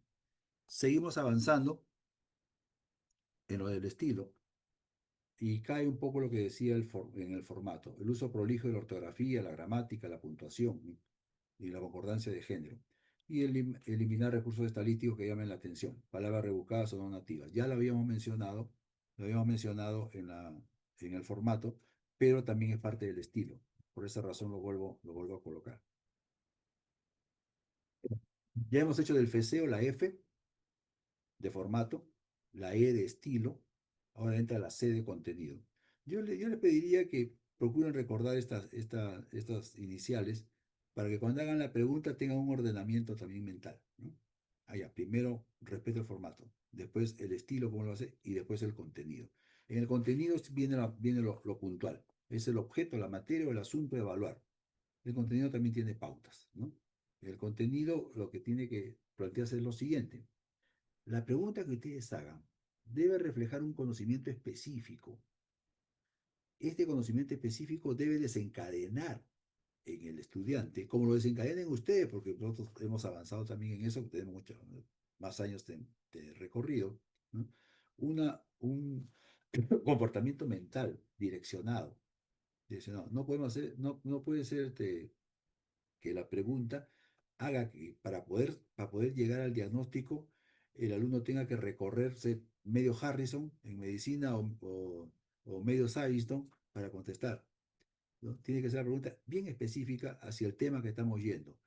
Hay preguntas, por ejemplo, que dicen que esta pregunta, ¿cuál es la correcta en esta pregunta si ponen 4 conceptos de diferente nivel de conocimiento? Vamos a ver algunas de esas más adelante, pero me lo estoy recordando a raíz de esta primera norma o pauta de contenido. Segunda pauta, basar cada pregunta en algún punto importante del conocimiento que se requiere evaluar, buscando que el rindiente llegue al mejor nivel de resolución, transitando si es necesario desde el síntoma, signo, síndrome, problema, diagnóstico sucesivamente. Perdón. Creo que todos hemos trabajado con lo que es ahora aprendizaje basado en problemas, ¿no? Y sabemos lo que significa un problema. Eh, si seguimos trabajando como se hacía antes, en base a la búsqueda del diagnóstico, el alumno muy poco aprende porque comienza a memorizar los datos que lo van a llevar directamente a un diagnóstico y se ve obligado a dar un diagnóstico. En el aprendizaje basado por problemas se basa en que el problema es una inquietud que tiene que ser desarrollada y que tiene una respuesta. Inclusive en una pregunta de conocimiento del contenido, puede ser que yo busque si sabe el síntoma, simplemente con eso. Entonces, muchas veces tenemos que tener mucho cuidado en eso. ¿Esto qué significa? Que la pregunta que se haga, el contenido debe tratar de que llegue al máximo nivel de resolución. El máximo nivel de resolución se basa fundamentalmente en los niveles de resolución de un problema. Uno, si es un síntoma; superior es el signo; superior es el síndrome; y superior es el diagnóstico, ¿no? Entonces, en ese condicionamiento pensamos cómo se hace el contenido, ¿no? No sé por lo mejor si hay alguna duda al respecto, porque me pasa, inmediatamente me piden la palabra, ¿no? El conocimiento evaluar debe dirigir la confección de la pregunta para que ésta mida lo que queremos medir. No que mida lo que no queremos, sino lo que queremos medir. Esa es la idea. Muy bien, seguimos avanzando, estamos en la C de contenido. Y vemos ahora el contenido, es un objeto, materia, asunto a evaluar nuevamente. Usar material novedoso para medir aprendizaje de un nivel superior. Si queremos que jerarquizar algunas de las preguntas, tienen que tener algunas características especiales, como que en el contenido mide un aprendizaje de nivel superior, es un aprendizaje mayor, mide el aprendizaje de aquel que se ha dedicado o ha estudiado más o ha comprendido mejor o tuvo mejor formación, ¿no? Esa es un poco la idea de poner este tipo, porque si no, todas las preguntas tendrían un mismo sentido de nivel, ¿no? Y sabemos que por conocimiento muy anterior, de que las preguntas pueden ser fáciles, medianas y difíciles, pero no necesariamente es sinónimo usar material novedoso que sea difícil, simple y llanamente que está más actualizado. Entonces, esa también es la idea no debemos dejar que se pierda. El uso de paráfrasis, pero con el mismo lenguaje usado durante la instrucción. Con esto se intenta evitar la simple remuneración de la materia objeto de asunto. Por ejemplo, en muchas condiciones, la paráfrasis significa que yo voy a decir lo mismo, pero con otro lenguaje, ¿no? Con otras características del lenguaje. Y esto es importante. Eh, los alumnos cuando ingresan a admisión, los estudiantes, voy a seguir llamándoles alumnos por si acaso, no me juzguen mal. Dicen que alumno no se debe decir, pero acabo de, no hace mucho de leer uno del cual el alumno es una palabra bien expresada. Entonces, el uso de paráfrasis le pide mucho, por ejemplo, en los DECO. Los que ingresan a las universidades generalmente les ponen ese tipo de examen, con los cuales ellos tienen que manejar mucho la paráfrasis, es decir, lo mismo que le está diciendo, entenderlo con otras palabras. Y esto es importante, ¿por qué? Porque muchas veces si repetimos la pregunta, el contenido lo hacemos y la pregunta la hacemos con las palabras que siempre se usan para describir un dato, un acto, una actividad o una acción médica, basta que el estudiante la recuerde, rememore la frase, rememore la palabra, rememore lo que es la forma habitual como se expresa una patología, por ejemplo, para que llegue al diagnóstico o que llegue a la respuesta correcta sin saber si verdaderamente ha comprendido la pregunta, ¿no? El otro tema es, el contenido de evaluar en cada pregunta debe ser independiente del contenido de evaluar en otras preguntas. Para ello es indispensable una tabla de especificaciones consensuada. Esto también es clave. Eh, hay un sistema que apareció con mucha fuerza, en el cual, eh, bueno, ya tiene años también, en el cual se hacía un enunciado y de ese enunciado se sacaba una pregunta. Y de ese mismo enunciado se sacaba otras preguntas subsiguientes y de ahí otra pregunta incluso. De manera tal de que si el alumno no entendía la primera pregunta, no la contestaba bien, estaba condenado a tener tres preguntas o dos preguntas por lo menos ya fallidas, ¿no? La idea no es esa. Es tanto el, am- el- es tanto los temas o las áreas y las subáreas que tiene la medicina. Recuerden que en este momento creo, lo último que leí fue que había más de 10.200 patologías significativamente describibles. Hace poco también mencionaron que ya había subido a casi 13.000. Entonces, en ese condicionamiento no podíamos hacer un examen que tenga subsidiaria una pregunta con otra, sea subsidiaria, y no podríamos abarcar la cantidad de campo que queremos abarcar, generalmente lo más prevalente, ¿no? Entonces no tendríamos esa capacidad. Recordemos también que los exámenes muy largos, con muchas preguntas, hay algunas que son 300, 400 preguntas, tienen un problema de psicológico y un problema de cansancio mental que hace incluso que los exámenes sean postergados un día, 2 días, 3 días incluso, ¿no? Entonces eso hay que tener la idea concreta. Carlos Torres ha pedido ha levantado la mano.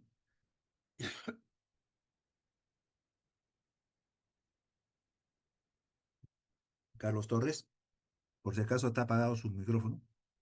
Ujú. Ahora sí. Buenas noches, doctor. Buenas noches. La consulta es la siguiente. Efectivamente, la medicina es muy amplia, pero específicamente donde laboro, nos están limitando el hecho de formular preguntas específicamente solo para el primer nivel de atención. Por ejemplo, en el segmento de neonatología dentro del curso de pediatría. Entonces ahí como que se reduce bastante el hecho de poder preguntar sobre otras patologías de la especialidad y se restringe bastante. ¿Eso ASPEFAM también lo va a considerar de esa manera o no? Gracias. A ver, APFAN como institución que reúne a las universidades se basa en hacer sus preguntas de acuerdo a los planes curriculares que tiene la universidad, ¿no? Entonces la pregunta tiene que ser de acuerdo a lo que se le enseña al alumno. Eh, yo no puedo hacer una pregunta de algo que no estuvo dentro de las competencias. Él Doctor, puede, ¿podría acercarse un poquito más al micro, por favor? Le a ver, agradecería. ¿ahora se me escucha mejor? Sí, bastante Sí, mejor, gracias. disculpe, a veces se me va un poco el cuerpo.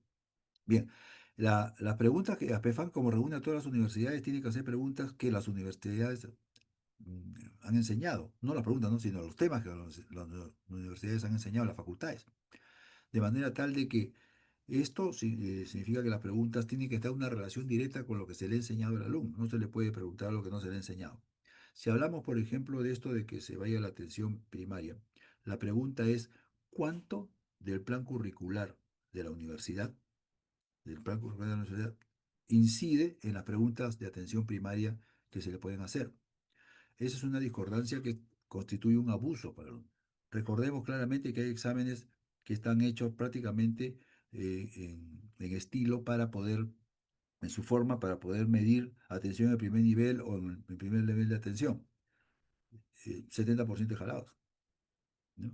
¿Son los alumnos malos, malos, pésimos, no han estudiado? Es muy probable que nunca pasaron por ese tipo de enseñanza, ¿no? Eh, Entonces, la figura ahí radica en que si se quiere hacer preguntas de ese tipo, pues tendría que hacerse un plan curricular que esté adecuado a esas circunstancias, ¿no? Por lo tanto, no se podría, como usted dice, hacer preguntas de primer nivel si el chico no ha sido preparado para eso, ¿no? Ese es un detalle que hay que recordar y que yo diría que es un denuesto que está suscitándose actualmente, ¿no? No sé si con eso la pregunta está más o menos clara, ¿no? Sí, la pregunta era dirigida al hecho de que básicamente, pues, tranquilamente el 80% está dirigido a hacer solamente primer nivel de atención, pero no abarcar más. Por ejemplo, en el tema de neonatología, nos limitamos en el hecho de tocar temas como hemorragia intraventricular, displasia broncopulmonar, retinopatía de la prematuridad, etcétera, etcétera, porque no lo ven como médicos generales, ¿no? Entonces, se reduce mucho la temática para poder generar preguntas en ese sentido. Sí, creo que todos estamos en este momento acordando de los exámenes que se están dando en estas épocas y que tienen esta digregación muy fuerte. Yo para certificar lo que estoy diciendo le quiero manifestar de que la tabla de especificaciones que tiene APFAM se ha hecho en base a un estudio que hicimos de todos los planes curriculares de todas las universidades. Se hizo el estudio de las competencias que se enseñaban y de los conocimientos, los temas que se hacían, y de eso se sacaba, derivó una tabla de especificaciones. Es decir, no podíamos nosotros, como PEFAM, por lo menos preguntar cosas que nos han enseñado. Sí, doctor, profesor Augusto Quispe. Sí, buenas noches. Gracias por la oportunidad de poder comentar algo. A propósito de la pregunta del colega, ¿no? No sé si es el momento o es digamos, la posibilidad, ¿no? De que me parece buena idea, ¿no? Plantear de que desde ASPEFAN hayan, no sé, temas prioritarios, ¿no? O basados en las prioridades sanitarias, al margen de los planes curriculares que cada facultad pudiese tener, ¿no? Y que estos problemas prioritarios o problemas priorizados, ¿no? Que son los problemas que nos afectan al país, ¿no? Entendiendo de que vamos a tomar examen a médicos que se van a graduar como médicos generales, no poder plantear las preguntas enfocadas o orientadas a estas prioridades. No sé hasta qué punto pudiese ser eso un aporte del colega, ¿no? Y más bien me sumo a esa idea, ¿no? Sí, exactamente. Pero es que es parte de una situación más alta, ¿no? Eh, Se están formando en las universidades el médico que quiere el país, es decir, su competencia profesional coinciden con las competencias laborales, sus conocimientos como profesional coinciden con los conocimientos que debe tener para poder trabajar. Ese es un tema mucho más amplio, más grande, más alto, ¿no? Ese es el problema. Entonces, ese no lo podemos solucionar nosotros con una técnica de preguntas. Tendríamos que dirigir las preguntas a lo que el alumno sabe, porque yo quiero medir lo que él ha aprendido y no puede haber aprendido lo que no se le enseñó, ¿no? O por lo menos que no estuvo ni siquiera en el radar de su plan curricular, ¿no? De los cursos que llevó. Entonces, esa es la idea. Creo que hay razón en eso, usted tiene razón, podría aplicarse esas circunstancias, pero dentro de la tabla de especificación de la pregunta que hacemos nosotros y la vamos a ver ahora, no todo se dedica a hacer casos clínicos. También tenemos casos, problemas que son los que más están dirigidos casualmente al primer nivel. Lo vamos a ver en su momento, ¿ya?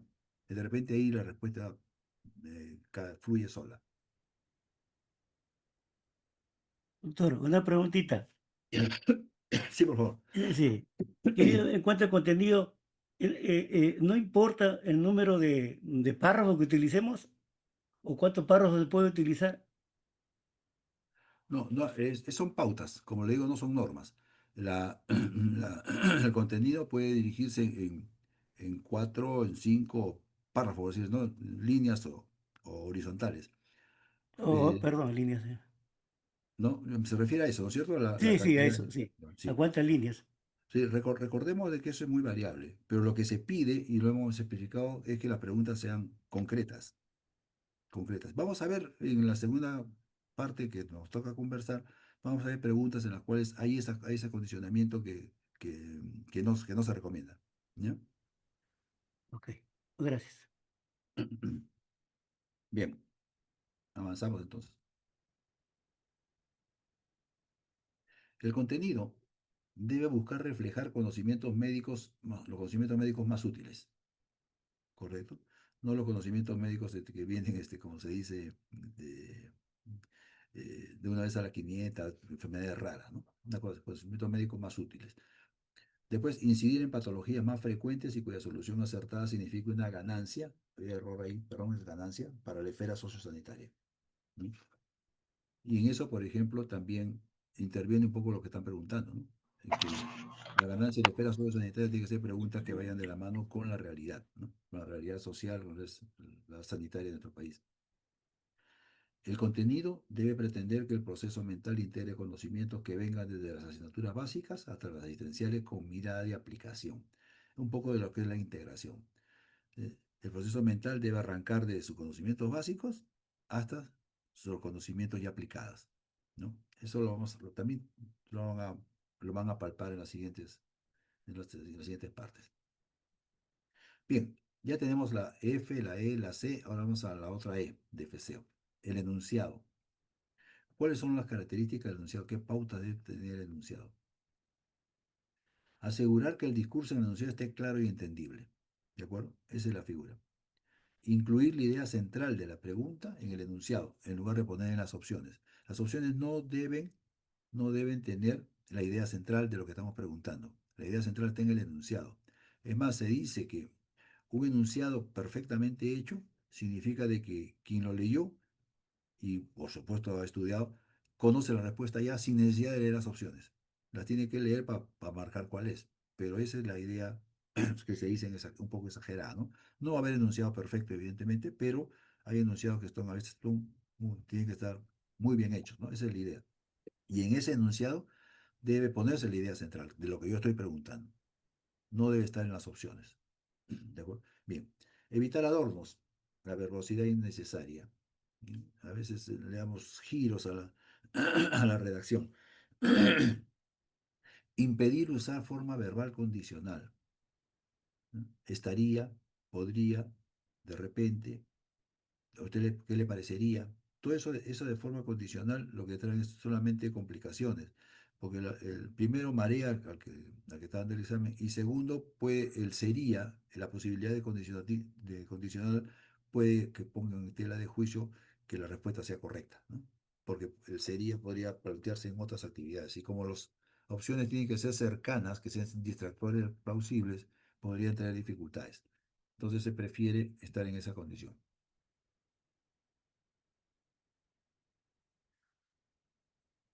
¿Cuáles son las formas que se hace el enunciado? La indagación, o sea, la pregunta, lo que queremos el problema que queremos que resuelva el alumno, se puede presentar de las siguientes maneras. La interrogante va como frase al finalizar el enunciado, usando signo de interrogación, ¿no? Hacemos la pregunta y al final hacemos perdón, el enunciado y al final ponemos la pregunta. El enunciado va todos los datos que el alumno va mentalmente procesando hasta llegar a lo que sería lo correcto y después al final viene la pregunta enmarcada en un interrogante. Pero puede usarse también la frase incompleta, que ya lo había mencionado, ¿no? Usando puntos suspensivos, ¿no? Tres puntos o más de repente, porque de repente en algunas impresiones no aparece bien.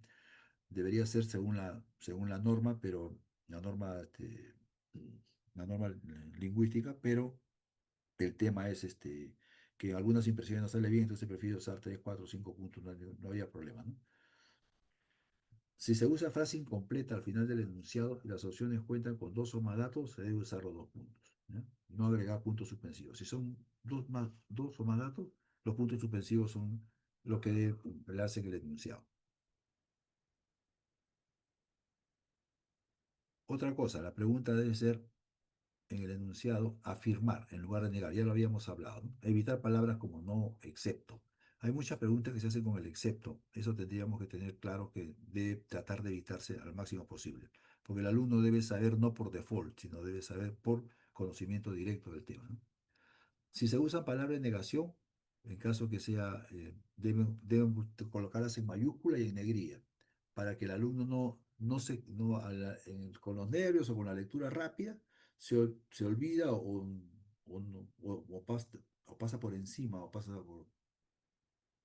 por ligero que le están preguntando por la negación, ¿no? Y busca la correcta y efectivamente se va a equivocar, ¿no? Entonces hay que colocarlo de manera tal que pueda llamarle la atención rápidamente, ¿no?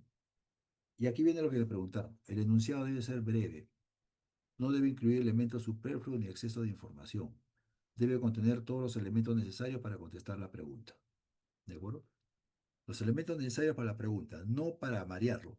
Estos son los elementos necesarios, ¿correcto? Esto es lo que debe ser. Y el enunciado, por lo tanto, debe ser breve. Debería de pasar, técnicamente no debe pasar de 4 o 5 renglones. Así de simple, ¿no? Esa es la idea. No debe cegar la pregunta con datos que facilitan el uso de la memoria. Ojo ese detalle. En el enunciado se ponen datos que facilitan que la memoria y al final responde la pregunta, por más grande que sea, porque las preguntas de memoria normalmente son muy cortas, por más grande que sea, al utilizar la memoria ya está trabajando la pregunta del nivel de resolución al primer nivel de resolución, ¿no? Otra cosa que vamos a ver es la futilidad del enunciado. La futilidad del enunciado. Eso lo vamos a ver con la práctica. Estas son las opciones.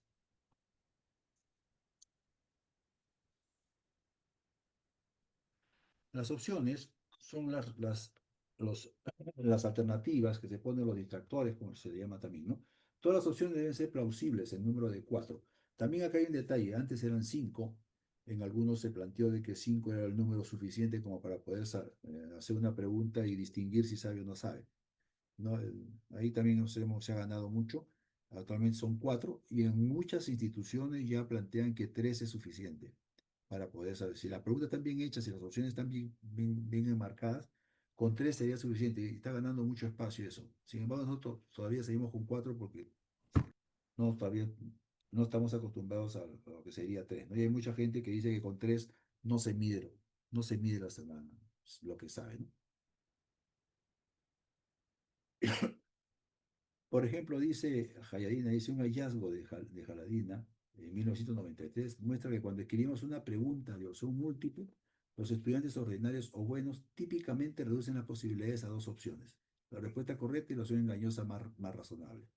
Se convierte la pregunta en una pregunta de 50-50, ¿no? ¿Cuál es la figura que, si la, que reduzca el alumno las opciones de 4 a 2? ¿No? Dos cosas trae de por medio. Primero, que hay opciones que no son plausibles y que rápidamente la descartan. En algunos casos hay opciones totalmente deleznables, ¿no? Que no tienen nada que ver incluso con el tema y que se han puesto como para poder llenar un poco las 4 opciones. Entonces el alumno rápidamente la descarta. Y si descarta dos de las cuatro, va a llegar al 50-50, es decir, se va a convertir en una pregunta verdadero o falso. Y eso es lo que también tratamos de evitar. En la pregunta de son múltiples, no debe de jugarse a la posibilidad de que, la probabilidad de acertar en base al azar, ¿no? Si es caro o sello, pues, el azar una estadística un poco más elevada y no nos permite medir lo que queremos, ¿no? Las otras opciones, asegurarse que solamente una de las opciones sea la respuesta correcta. Hay que tener mucho cuidado porque a veces nos equivocamos y ponemos una respuesta correcta y la otra también es correcta, escrita en otra manera, ¿no? Variar el lugar de la opción correcta según el número de opciones. Esto ya felizmente lo hace la máquina, ¿no? Ustedes van a hacer sus preguntas y van a poner la respuesta correcta en la letra A. Ya se lo va a explicar eso más tarde el educador César y también el ingeniero José Carlos, ¿no? Ubicar las opciones en un orden lógico o numérico, ¿no? Eso también lo van a ver ustedes van a hacer las preguntas y van colocando las opciones en un lugar lógico, ¿no? De manera tal de que permita que el alumno no tenga que saltar de una a otra en un momento a otro. ¿Perdón? Ya. Seguimos. Más sobre las opciones. Ojo que por cada una de estas hay un montón de pautas, ¿sabes? Estoy tratando de ser lo más específico posible. Quinto, mantener las opciones independientes. Las opciones no deben traslaparse. Eso ya lo hemos explicado en alguna forma también con los rangos. Sexto, mantener las opciones homogéneas en términos de contenido y de estructura gramatical. ¿Ya? Mantener las opciones homogéneas en términos de contenido y de estructura gramatical. No salirse de la estructura y crear porque llama la atención. Después vamos a hablar de los defectos técnicos de las preguntas y cómo y lo se enseña mucho en la academia, cómo hay estudiantes que aprenden a contestar exámenes y no buscan si saben la pregunta o no, buscan dónde está el truquito por el cual yo puedo descartar una, descartar otra y llegar a la correcta en base a cómo se escribió, alteraciones en las opciones, la estructura gramatical de una opción difiere de la otra, esta de repente ¿no? Entonces ya tienen una condición de ventaja respecto al que está contestando de manera honesta el examen, ¿no? Mantener la homogeneidad en la extensión de las opciones. Esto fue un parámetro inicial muy importante porque, ¿qué pasaba? Que normalmente, como nosotros venimos del aspecto formativo, cuando hacemos una pregunta de carácter sumativo de estas características, siempre nos queda el rasero de que la respuesta tiene también que enseñar a la vez. Nos tenemos que ser en estos duros. Las respuestas no deben servir para retroalimentar en ese momento, porque si no vamos a hacer respuestas muy extensas, ¿no? Si la respuesta es incorrecta, dentro de la opción se pone la razón de la incorrección. Y eso hace que las preguntas sean muy largas. Pero peor aún es cuando de las cuatro opciones, una de ellas es muy larga. Inmediatamente el efecto técnico hace que la astucia del rindiente haga que diga, esta porque es larga, porque aquí está explicando algo más. Tiene más sustancia, tiene más pulpa, entonces esta es la respuesta correcta. Eso es lo que hay que tratar de evitar, ¿no?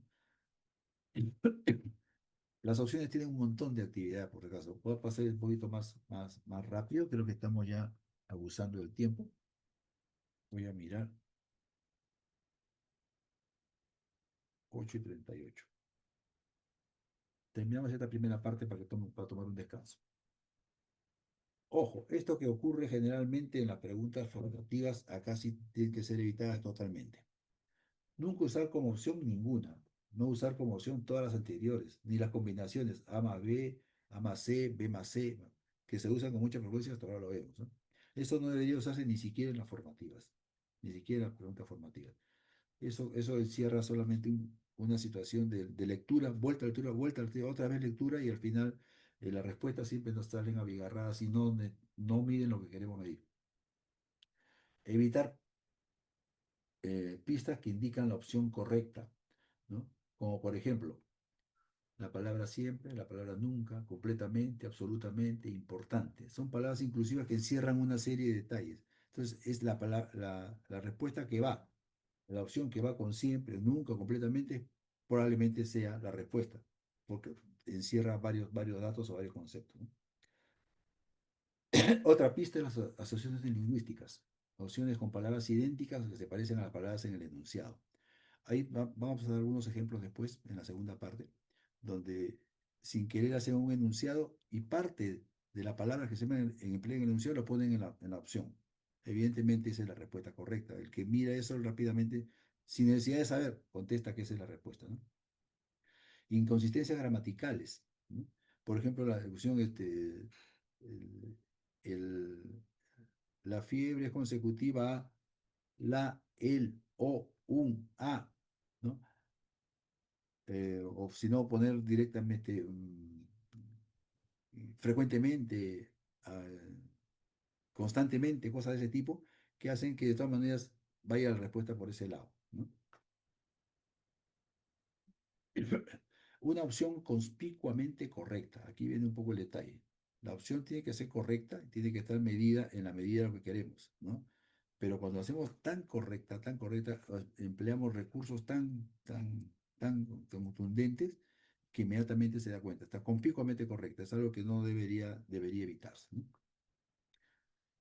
Otra, opciones en pares o en tríos que identifican claramente la opción correcta, ¿no? Los tres pares o tríos, porque al medir la medida está en uno, en dos, en tres a la vez, o tres, en la misma opción, tres datos, hace de que en alguno de esos tiene que estar, ¿no? Entonces se evita por eso que se coloquen tres o más datos en cada una de las opciones, ¿no? Esa es la idea.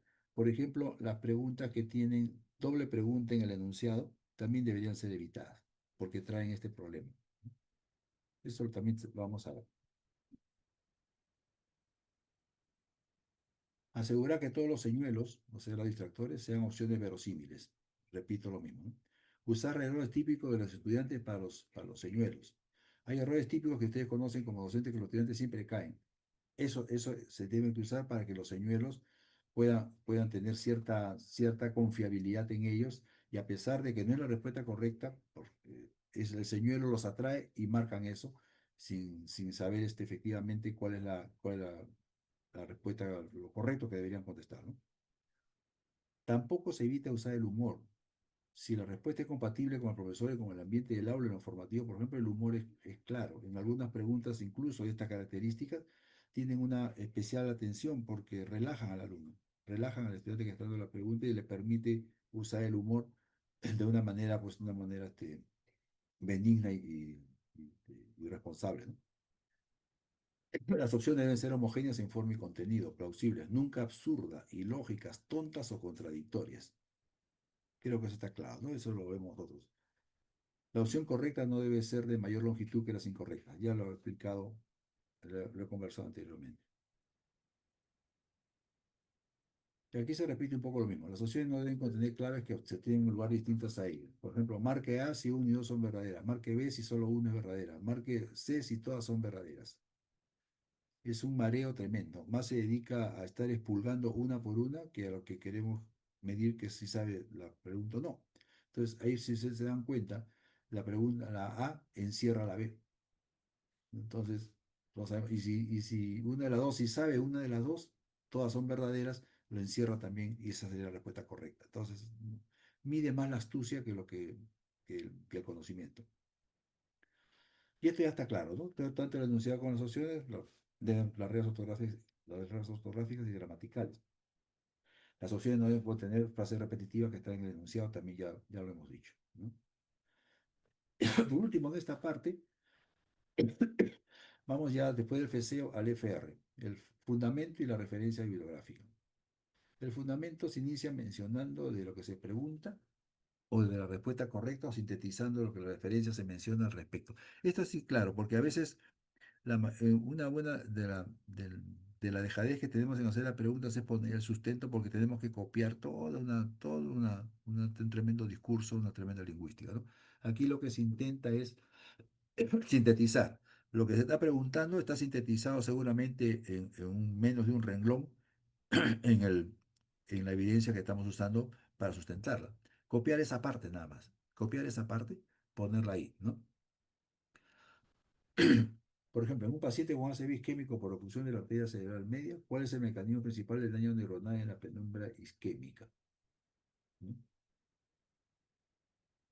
Si nosotros buscamos en el sustento, pues encontramos 4 o 5 cosas, ¿no? Y ahí está suficiente lo que estamos comentando. Ese pedazo no hace lo que lo que debe colocarse, no colocar todo un párrafo o toda una cantidad de líneas. La referencia se trata de buscar lo más claro, siempre colocar el autor o los autores, el título, el tipo de documento, los datos de la edición y los datos que permiten la localización exacta de la información dentro del documento, el volumen, el fascículo, las páginas, etcétera. Por ejemplo, un claro de eso es el autor, el, por ejemplo, en este caso, Temre Chak, uy, se me fue. El título, en este caso es largo, pero ni modo, el tipo de documento, los datos de la edición y los datos que permitan saber dónde está lo que estamos colocando como sustento, ¿no? Esa es la referencia fundamental. Esto es muy importante porque muchas veces hacemos preguntas y las basamos en lo que hemos aprendido en algún momento y que de repente ya no está actualizado, ¿no? Hay que tener cuidado también con eso porque puede traer quejas y reclamos. Otro detalle importante es que la referencia debe ser los últimos 5 años, ¿no? Pues, bueno, esto es un poco criterio que se está empleando todavía en nuestro país y en muchas partes también, porque, por ejemplo, para ver la actualización se mide cada 5 años, ¿no? El colegio médico, por ejemplo, recertifica cada 5 años. Controla que usted se actualice en los últimos 5 años, ¿no? Porque se considera que de 5 años para atrás ya la cosa ya está un poco vencida o ya no está actual, ¿no? Y esto es importante porque recuerden que actualmente se dice que eh, cada, no, lo penúltimo que se decía era que cada 2 años ya cambiaban el 50% de los conocimientos, de lo que estaba escrito. Ahora se habla que hasta 90 días es suficiente para eso, ¿no? Y hay otros que son más exagerados también. Lo otro es usar referencias que sean conocidas y usadas por la mayoría de las facultades de medicina del Perú, ¿no? No lo que yo leí en un librito, en un libro que me llegó y que de repente ahí está bien bonito, lo tengo, pero y de ahí didácticamente me parece mucho mejor, pero que eso no se esté empleando en las facultades, entonces va a tener dificultades. El alumno no va a poder llegar a eso, ¿no? Ese es el detalle. Bueno, esta es la parte inicial. Vamos a tener que hacer una segunda parte que ya es un poco ya más práctica, porque esta es un poco la largona de la teoría de todo esto, que lamentablemente no podemos evitar. Disculpen si es muy largo, pero no tengo forma de evitarlo porque todas son condiciones más o menos sine qua non importantes para la elaboración de pruebas de opción múltiple. Yo le pediría que, estando a esta hora, tomemos un pequeño relajo de unos 5 o 10 minutos para poder iniciar la segunda parte y después ya seguir con la temática que está en el sílabo. ¿Alguna pregunta, por favor? Sería ideal poder contestar en este momento alguna inquietud.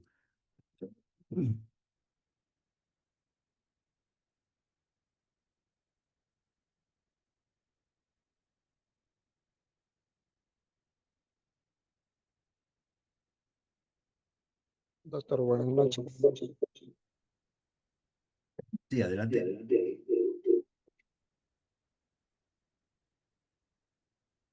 ¿Me Hola. escucha? Ahora sí, estaba con eco. Ahora sí.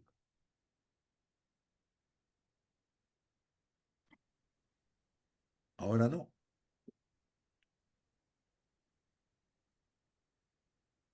¿A la hora de escuchar? Sí, ahora sí de nuevo. Disculpe, doctor, una pregunta. ¿Qué cantidad o qué número sería la cantidad de preguntas ideal para un examen parcial, por ejemplo, de un curso, ¿no? En este caso de las PFAM, pues para las preguntas ENAM, sabemos que hay incluso en dos partes, ¿no? Pero más o menos para que el estudiante se vaya preparando para ese ritmo, ¿cuántas preguntas en el pregrado tendríamos que aplicar idealmente? Mire, bueno, supongo, estamos conversando sobre una evaluación sumativa, ¿no es cierto? Esa es la idea. O si es una formativa, puede emplear la cantidad de preguntas que usted considere conveniente, que van a significar que en la retroalimentación usted corrija detalles que ha visto o baches de conocimiento o vacíos de, de conocimiento que tenga el alumno que está trabajando en la formación con usted, ¿no? Entonces, en ese caso ahí sí no hay un número claro. En cuanto a nivel sumativo, o sea, si usted quiere jerarquizar, por ejemplo, en un salón de 20 o 30 personas, tendría que ser un aspecto proporcional, oportuno o adecuado de la extensión de la temática que usted ha tratado con él, ¿no? Y las preguntas tendrían que ser dirigidas a los puntos claves o las ideas fuerzas que usted quiere que él grabe. Recordemos que ahora, más que antes, ya todo lo que teníamos que aprender se ha reducido a aprender las ideas fuerza, ¿no? El aprender pedagógico nos obliga a aprender las ideas fuerzas, porque lo otro actualmente usted abre el teléfono y lo busca inmediatamente, ¿no? Cuando nos hacían aprender, recuerdo usted, dosis, por ejemplo, de, anti- de, anti- de productos oncológicos, de quimioterapia, se aprendía una cantidad tremenda, inmensa de cifras que ya uno ya después ni se acuerda, ¿no? Y que ahora ya está prácticamente superada con el apoyo de la informática. Pero no le podría decir exactamente cuánto, va a depender de la extensión de lo que usted ha trabajado, enseñado y de cómo quiere jerarquizar, ¿no? Esa es un poco la idea. Nosotros en APFAN estamos empleando 180 preguntas. Antes eran 200, anteriormente eran 250, pues, los estudios han explicado que con 180 preguntas o 200 preguntas para los temas de medicina en una sumativa son suficientes. Gracias, doctor. Profesor Hernández. Sí, doctor Salcedo, me encantó la pregunta anterior y es una curiosidad que viene a colación con lo que estamos manejando ahora, ¿no? Nosotros en la Universidad Ricardo Palma manejamos lo que es, al menos en el área de investigación científica, en las diferentes áreas que hay, desde segundo, tercer ciclo hasta internado, incluso 4 o 5 cursos de investigación con productos acreditables. Manejamos el acompañamiento formativo, ¿no? O sea, vale decir, hay evaluaciones continuas, ¿no? Pero siempre, pues, está el parcial, ¿no? La evaluación sumativa, ¿no? Que se llama. Ah, de acuerdo a eso, nosotros estamos manejando entre 10 y 20 preguntas. Yo consideraría que 10 es más que suficiente. ¿Usted cree que con 10 preguntas, al margen de la evaluación formativa que se hace en todo el ciclo, pueden ser prudentes? Yo creo que sí, pero ¿usted qué opina? Porque me ha encantado su exposición. Quisiera saber su opinión.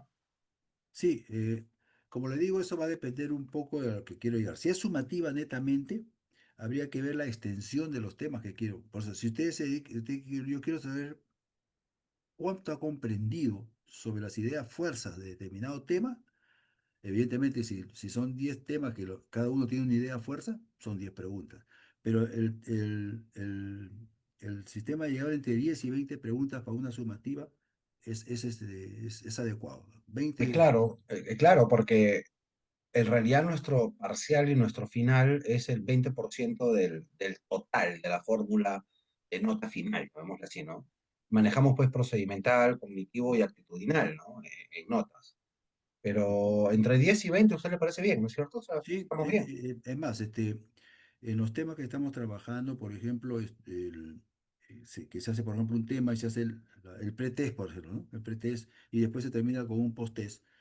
A veces basta con 5 preguntas sobre idea fuerza y se acabó, porque eso es lo que yo quiero medir si sabe o no eso, porque lo demás le va a caer por agregadura, ¿no? Por asignatura. Exacto. Entonces, no Gra- tiene sentido expulgarlo en cosas que después él mismo se va a olvidar porque las ideas fuerza no las grabó bien. Esa es Exacto. la idea. Muchísimas gracias, doctor Carlos. Me encanta. Bien, muchas gracias. Esa sería la idea. ¿Alguna inquietud, por favor? ¿Una pregunta?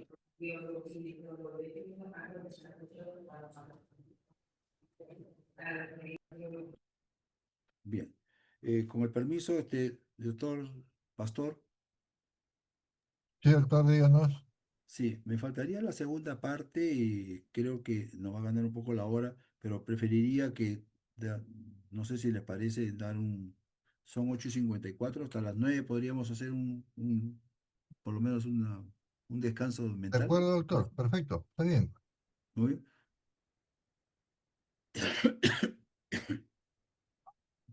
Entonces, Bien, con su entonces, autorización retornamos. correcto. Yo les paso la voz entonces. Son 8:54, hasta las 9 podría ser, ¿no?